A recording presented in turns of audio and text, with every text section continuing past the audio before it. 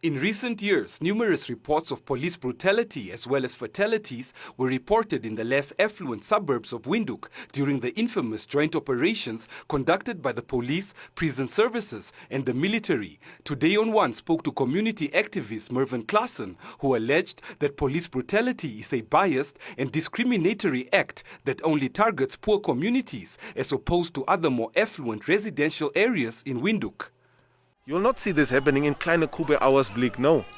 Police officers respect people according to status also, and it has been a fact so far that the approach of the rich and approach of the poor are two total different things.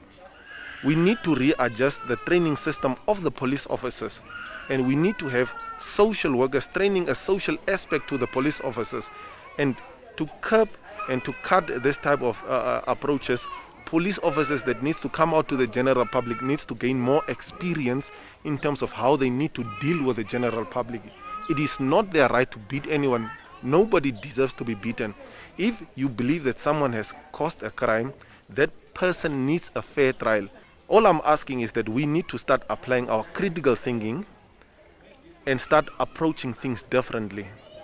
We need to change the training system of the police officers, because I believe that's where it starts, the training.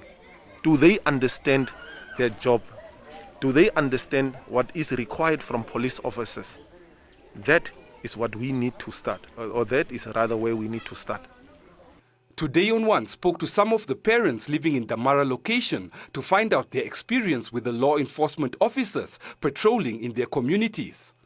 The people was saying the boys was breaking the shop and the Kalaris was coming there, and one of the police officers is chasing the parents out of the shop, and then he tell us, you guys must be quiet, and then he take the boys off the bussy and take them to the, I don't know where exactly, and then he start beating the boys. My son's arm was broken.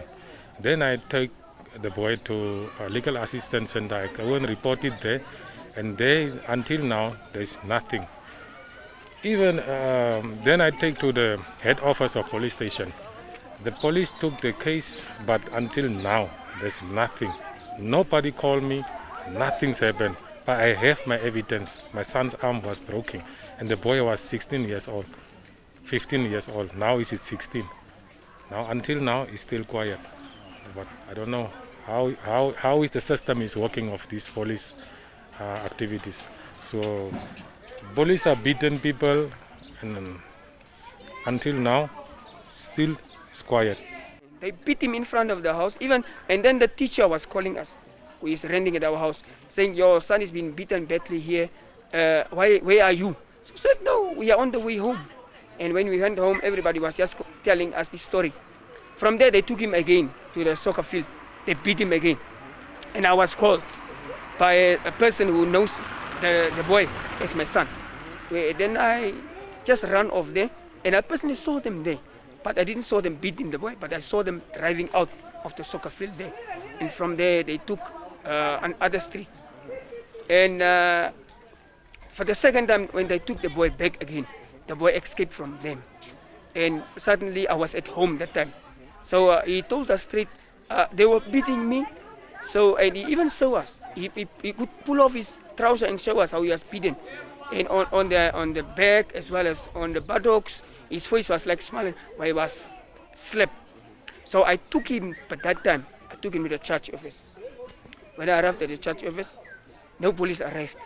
So my question was like, when the boy who was guilty, according to them, escaped from them, why didn't they chase after him? Or even come back to our house to come look for him, which I never do.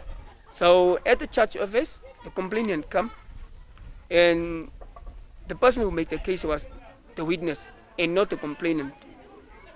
They were talking Oshivambo, strictly Oshivambo, the officers with the complainant. So I interfere and tell them, no, I mean, why don't you use the official language so that I can understand? And the lady just replied in English. She said, no, I've just asked the guy who brought this boy here. And I have just replied, the question you asked was supposed to be answered by me, if you would have asked it in English. And I told her, it was me who brought the boy, and it's my biological son.